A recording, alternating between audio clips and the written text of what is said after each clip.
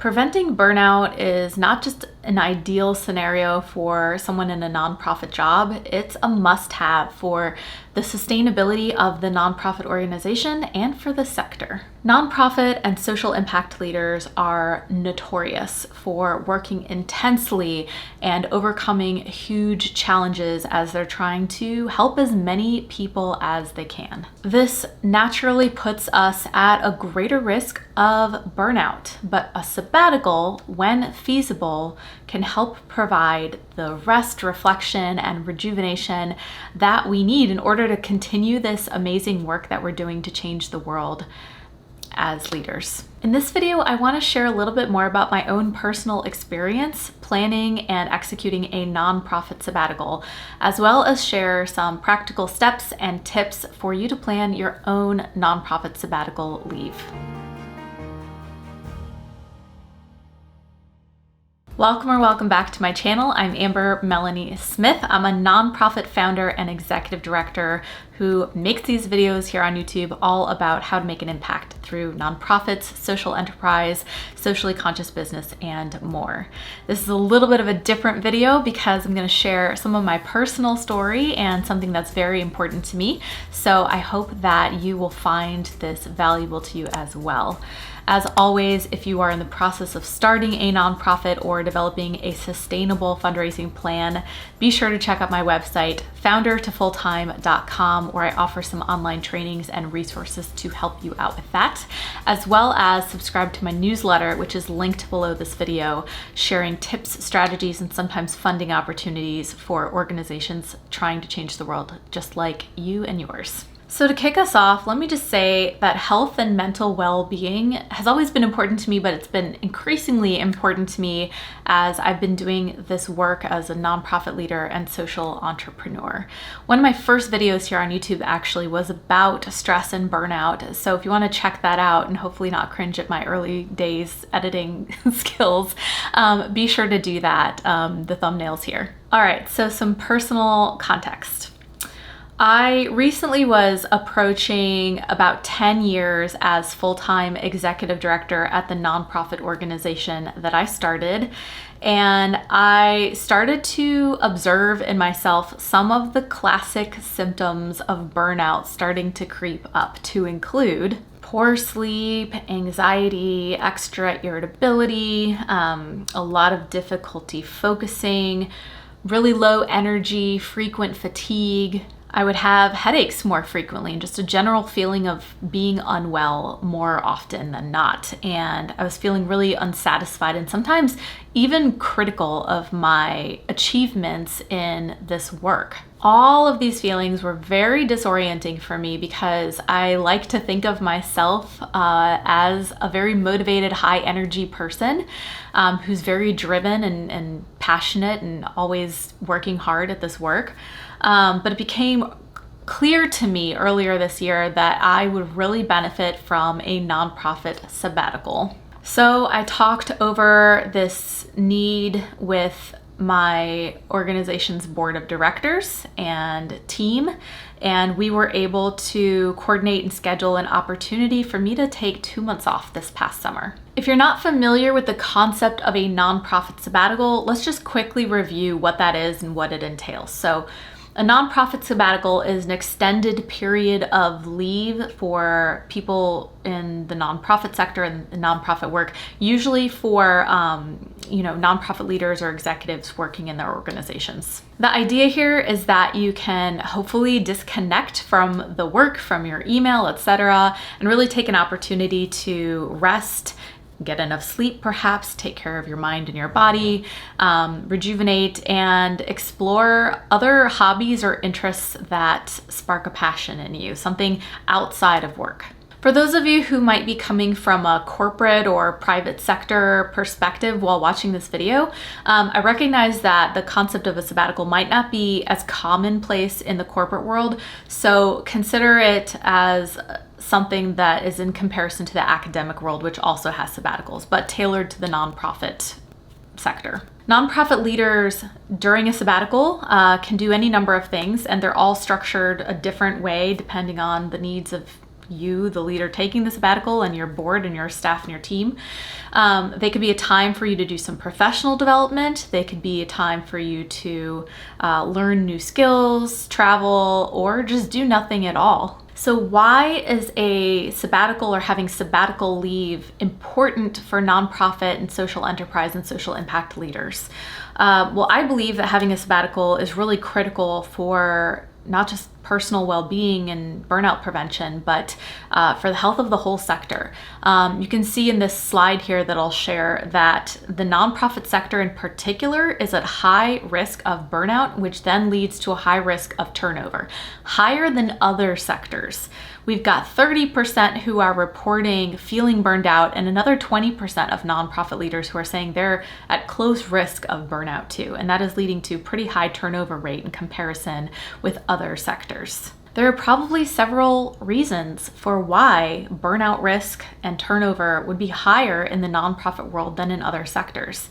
But I think that the biggest one is that we are front and center in the world of helping people who are in pain, right? So we are seeing local and national and global challenges up front in our face all the time. And we know it's our job, at least part of our role, to try to solve some of those problems. That's a lot of pressure. And on top of that, the nonprofit sector is regularly under-resourced. So we're being asked to end homelessness, but not getting enough resources to do that monumentous task in order to, achieve our objectives. I may have just made up a word, monumentous, there, but I'm going with it. Folks, it is really, really, really bad if we lose talent and leadership in the nonprofit and social impact sector. This is the sector that is tackling the issues that other sectors don't want to touch with a 10-foot pole, like ending homelessness or food insecurity, etc. Perhaps because there's no money in that, or, I don't know why, but that is the current reality. These people, you change makers at the front lines, like, we have to stay healthy, we have to stay grounded, we have to stay focused and maintain our well-being in addition to tackling these critical issues, because no one else is going to do it. So if planning a couple months off so that you can sleep better at night for a short period of time, or explore your love of painting, is the price that we need to pay to take care of ourselves and not lose our minds while trying to change the world, then it's a small price to pay. In case you're not sold on the power of sabbaticals yet, or you need some additional ammo to take to your board or leadership or staff, or depending on what role you're in right now, a couple of other reasons that sabbaticals are awesome. Burnout prevention, we already talked about. Being able to take care of your physical and mental and emotional well-being and just focus on that for a period of time is very, very helpful for nonprofit leaders. 2, renewed creativity and innovation. Have you ever had the best idea you've ever had while in the shower or driving somewhere? That is not a weird thing, that's a common thing. A 2015 study in the Journal of Creative Behavior, which sounds like an awesome journal, noted that 50% of our good ideas came while our minds were at rest or not active. So times when you are just showering or driving somewhere, not thinking very much about life, hopefully, walking in the woods, walking around your neighborhood, times when you are, away from your email, away from your computer. That's when you have the most innovative ideas. And we need those innovative ideas in order to tackle some of these huge problems that we're talking about tackling as a nonprofit sector. But it's also good for your team to take a sabbatical. The first reason is succession planning. And before you freak out thinking that I'm saying you have to quit if you take a sabbatical, which is not what I'm saying at all, when you're gone, your team has to step up and learn how to deal with problems and challenges that arise on their own without you rushing in to save the day, without your guidance, etc. This gives them an incredible opportunity to explore and hone their own leadership skills, so that if a day ever comes where you do feel the desire or need to leave your organization, you have cultivated some leadership skills in your team so that you have more people who might be able to competently step up and fill your amazing shoes. But also just observing you as a leader, taking care of yourself, making sure you're resting, etc., improves staff and team morale overall, because it shows them that you value those things and value their well-being as well. My nonprofit sabbatical leave was transformational for me, and I will share with you a couple of things that I'm going to be doing differently now that I've completed my sabbatical in my nonprofit work. The first, which I hope is a given, is I'm going to be prioritizing my health and nutrition and well-being a lot more than I was before my sabbatical. When I was on sabbatical, within just a couple of weeks, I felt completely different physically. My headaches went away. I was able to schedule more time for exercise and being very intentional about my nutrition. And I felt my energy levels just increase within that short period of time, and a lot of mental clarity too. Secondly, I'm going to schedule time very intentionally for my other hobbies and things that I love to do. I'm going to embrace my love of art and music, and since I live and die by my Google Calendar, I'm going to put these things on my calendar and really protect that time. Here is a super cute painting I did of my beloved dog, whose little tail you can sometimes see wagging behind me in these YouTube videos. Her name is Kira. So just, I'm going to do more of that. Third, in terms of how I'm going to engage with my team at my organization, I'm going to lean into taking on a coach mentality versus a manager mentality. Even though I am a manager in a sense, I think that it's important because they've now had a great experience where they have learned what they're made of. They've stretched their own skills. They've definitely stepped up in ways that they might not have had to before. So I can just be a coach. I can empower and equip them. I can check in with them. We can agree on what outcomes need to occur for a specific project or campaign or event.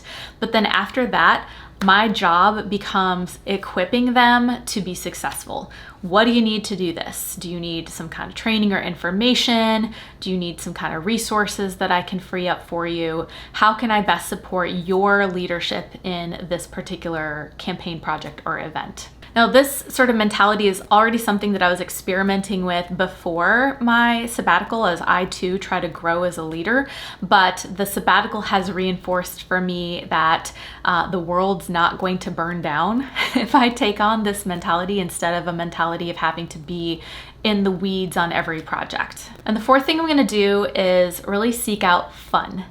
I unfortunately used to have this mentality that fun meant I wasn't being productive enough. If I was having too much fun, something must be wrong. I must not be getting enough work done. But I actually now have come to see that it's the opposite. The more fun, the more joy you can experience while in this work, the more productive you're gonna be, and the more you're gonna attract people who want to do the work with you and experience joy in making an impact as well. All right, so how do you plan for nonprofit sabbatical leave? What do you do to get it approved and coordinate it, etc.? Let's talk through some of those steps. So if you're thinking about a nonprofit sabbatical leave, there are two things that you really need to consider, and then elements under these two things.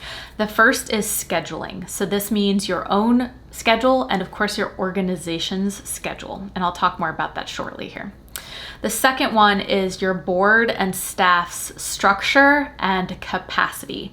So what can they reasonably take on if you're not there, etc. Let's tackle scheduling first. So the first thing is your personal schedule. When, if you look at the calendar year, could you reasonably take 6 to 12 weeks off, or whatever the period of time is that you're considering with your team? Is there a travel spot that you have been just dying to try out that is more optimal at a certain time of year versus another time of year? Is there some kind of other activity or family event that you're trying to align your sabbatical around? So just considering the year ahead and what might be the most ideal time to take a sabbatical for yourself. Once you've chosen a couple potential options for what could fit your personal schedule, I recommend just penciling these into your calendar, whether you use an online calendar like me or some kind of written calendar. Just having it lightly penciled in, you can always change it, will allow you to sort of see all the puzzle pieces fitting together and make adjustments as needed as things start to get fleshed out. Now, from the organization's schedule perspective, you want to take a look at your organization's year ahead, whether that's a typical year or what you already know is coming down the line for the next 12 months. And you want to consider what major events, program milestones, fundraising activities, all of the big things that are coming down the line for the next year. And you need to take a look at this list of major things and really ask yourself, which of these must you be in attendance for? Must. And then ask yourself, is it possible, with comparing to the personal timeline you've penciled in, is it possible to avoid the major events or overlapping with some of these if you absolutely must be in attendance at those? All right, so that's just some high-level thinking about scheduling. Now let's talk about how you actually get this coordinated. That relates more to your board and your staff's structure and capacity. The thing is, a sabbatical, especially if it's a paid sabbatical, will need your board of directors approval, usually through a vote, okay? So they're gonna need to be thinking about the budget. Can they afford to not have you around for a couple of months, and or can they afford to pay you if it's a paid sabbatical for those couple of months that you're not working? The first thing that I recommend doing if you are going to propose a sabbatical to your board of directors, and it's something that they're not familiar with or haven't considered before, is to find success stories, find research, case studies, etc. from other organizations, ideally even organizations with a similar mission to yours or of a similar size as your organization in terms of budget and staff. Having these success stories will start to get your board of directors familiar with the idea that it is possible and these other organizations did it and not just survived, but thrived. The goal here is to make it feel possible and realistic for the board and less scary if it's something that they aren't familiar with already. So the second thing that I would recommend is you show them examples of sample language for a sabbatical policy for you to include in your policy documents. It's ideal for it to be a written policy that is included in, let's say, something like an executive director contract, or ideally you could even have such a sabbatical for all of the nonprofit staff and leaders that are in your organization, saying like every X number of years you get a sabbatical lasting this long, here's what you can expect, etc. So having that sample language available from other organizations will also give them that foundation to build on. So assuming you can get your board of directors buy-in and approval for a sabbatical, what do you do next? The next thing you want to tackle is planning for your sabbatical. So what I did was I created a sabbatical work plan and planning checklist for my team. I took a look at what activities we had coming down the line, as I said before. And the first thing that I considered was, were there any activities that could be held off on or paused while I'm gone to relieve a little bit of the pressure on my team to have to take care of everything. If you can whittle it down to the basic operations that your team has to maintain while you're out, that will help them feel a little bit less stressed out about the notion of you being out for a couple of months. Now, once you've taken away the things that can go on pause while you're out, those critical activities remain, and you need to go through that list and figure out what are the steps or activities that must occur before you can pass the baton for that activity off to a designated team member. So how can you equip and empower the people who are going to be taking on some of these responsibilities while you're out? It can be little things like making sure that your team has the passwords to various accounts that they need in order to manage the bank account, volunteer management software, accounting software, whatever they might not already have access to. If you were the one that had the password, making sure that they have access. Another thing I did was scheduling meetings before my sabbatical to talk through what they were going to be responsible for, and really made sure they felt like they could ask questions or express concerns or let me know that they needed something in order to achieve the activity while I was out. And then third, aligning on outcomes. I mentioned this before, but I really aspire to be and encourage others to aspire to be an outcomes-focused leader, which means that you and your team agree on what the ultimate outcomes of a specific project or event or campaign might be. But then after that, your leadership is in charge of figuring out how to achieve those outcomes and using their brains to get creative on achieving those outcomes. But in order for that to be a success, you have to align on and agree on what those outcomes should be before your sabbatical. So sitting down and writing out a document of your objectives and key results, or, the specific outcomes, which could look something like, your goal is to recruit 30 new volunteers for this campaign while I'm out. Or, schedule meetings with 5 potential sponsors while I'm out, something like that.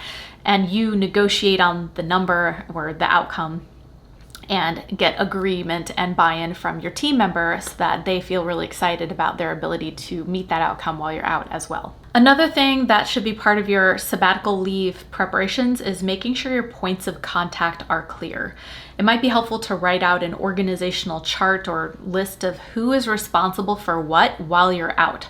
If you have multiple people on your team, this is especially helpful to avoid questions like, who has the final say on this question, or on my time off request, or if I'm having a problem, who do I go to? If it's about this specific thing, who's in charge? So writing that out. So if this happens, here's your point of contact, something like that. And secondly, a part of this is really getting clear on what emergencies within the organization justify someone reaching out to you while you are on sabbatical. Ideally, you're not checking your email. You're completely disconnecting from your nonprofit's work while you're on sabbatical leave. And so you can write out what are the situations in which you would be okay if someone had to contact you by phone or email. Major emergencies like, this is a really horrible example, like a fire at our office, like something big, some kind of emergency that you really would want to know about and not be surprised by coming back. Another thing to consider on your preparations checklist is, do you have, as an organization, the financial ability to compensate your team, the leaders who are stepping up a little bit more while you're out, who are taking on a little bit of responsibility, some kind of honorarium. This is, a common practice in nonprofit sabbaticals, and it makes a lot of sense for folks who are taking on extra parts of someone else's role while you're out. Final thought is a return plan. Consider when you come back from your sabbatical, coming back to an overflowing inbox and people on your team wanting to talk to you, etc. It can feel very overwhelming. So I recommend that before you even go on your sabbatical, scheduling blocked off time for the days or weeks right after you return where you're just catching up on everything. Time to check up on and whittle down your email inbox, and schedule time with your leadership to just get updates on the major highlights of things that happened. But taking it slow, making sure that you have given yourself time to catch up so that you don't feel completely overwhelmed the moment you get back from your sabbatical. All right, stay strong, nonprofit leaders and change makers. The world really needs you, and the world needs you to be well rested. I'd love to hear if you've done a sabbatical, share more about your experiences. If you're considering it, what are some of your questions or concerns, or what would you do during your sabbatical? Where would you go? What hobbies would you explore? I'd love to learn more about you as human beings. As I mentioned before, be sure to check out my website, foundertofulltime.com. If you're someone who's in the process of actually starting a nonprofit or developing a sustainable fundraising plan, those aspects of the work, I have some online trainings and resources at that website for you. Also check out my newsletter, which is linked below. I will send out resources, tips, and sometimes funding opportunities to folks subscribed to my newsletter. So you don't want to miss that. Be sure to opt in there. And final thought, I have a group called Change the World or Bust. We've got lots of people in there from all around the world making an impact and sharing their stories with each other. So I hope you can join us there too. That's all I have for you today. I hope that this has been illuminating and encouraging for you, but I hope to see you next time. Thanks.